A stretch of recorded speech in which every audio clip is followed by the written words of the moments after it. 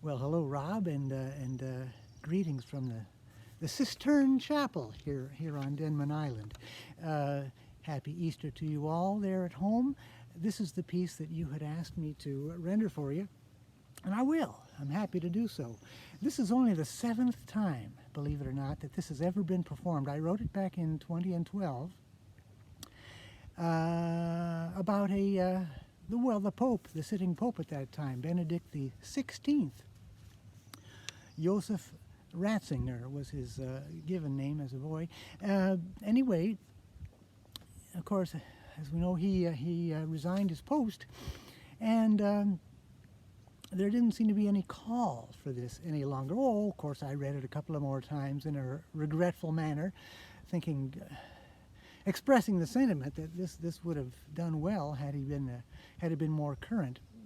And the last two times I read it, you were there, first at your house with Garnet, and then at Ian Tamblin's house with just the two of you at the breakfast table. So here's maybe this will be the definitive version. Who's to say? I'm trying to get this done before the light gets too much in my face.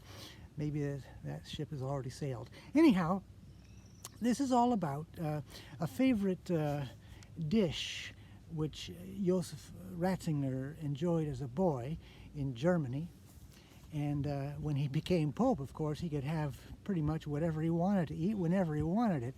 But Königsberger Klops was something he always expected on Thursdays. So that's about as much as you need. Oh yes, how I came to have this in my possession. What you're going to hear is my translation from the original Latin.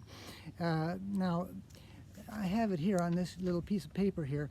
This is extracted from the secret papers of Pope Benedict XVI, which were leaked apparently to Italian journalists after being stolen from the Pope's desk by his butler, Paolo Gabrielli, and found in his apartment. Now, these lines were perhaps authored by the Vatican Secretary of State, Cardinal Tarcisio Bertoni. I believe I recognize his style, and he was a rhymester as well. The original text, had been marked to be destroyed in the Pope's own handwriting, but now that he is Pope Emeritus, his story can be told such as we find it. I hope this translation is up to snuff. I call it You Can't Beat Them for Tasty, or Somebody Up There Likes Meatballs. Here's how it goes. Let's say you're head chef at the Vatican. Best get down to the shops. Don't bip another bop, because you know, this being Thursday, that means Königsberger Klops. It was a favorite Mama fixed for him, his siblings, and his pops. You knew Herr Ratzenberg was with the cops. These days, the prelate gets to eat his weight in Königsberger Klops. This nuncio, you ought to know, will not sit still for slops. Threw his red slippers once at Kippers. Chef, you must pull out all the stops. N.B. Note bene, Bishop of Rome is always home to Königsberger Klops. Hand me down mein walking cane, our man exclaims, then skips and hops. St. Peter's jaw drops. Pope wants to be first at the table when it's Königsberger Klops. Now, let me stop myself right here in this recital and explain what these things are. What are Königsberger Klops? Well, it's a savory meatball dish of sodden bread, ground veal, pork liver, beef and onion, heavy on the anchovies, gussied up with sundry spices. The meatballs formed in the hand, boiled in stock, and then simmered in cream gravy laced with capers. Königsberger Klops. The present pontiff rates them tops. Lord knows it pleases him no end, just when onto his plate one plops. Now, there are those opining that popes are awful fops. This one slops food in his lap. You can't get stains from a mosetta, from a pallium or falda. Gravy on a subsectorium? Bless me, Father, that's for keeps. He's used maniples for napkins, elbows on the table props. His nibs should wear a bib. Oh, it's so hard to keep him dressed up when it's Königsberger Klops. His Holiness must leave the nest sometimes to tend the flocks. In South America, perhaps. These tours are always flops. He can't stand it when he's stranded far from Königsberger Klops. For he's, now what's that word? Not gluttonous, surely. Voracious. Only see him lick his chops. He works up a hearty appetite, imparting papal tropes.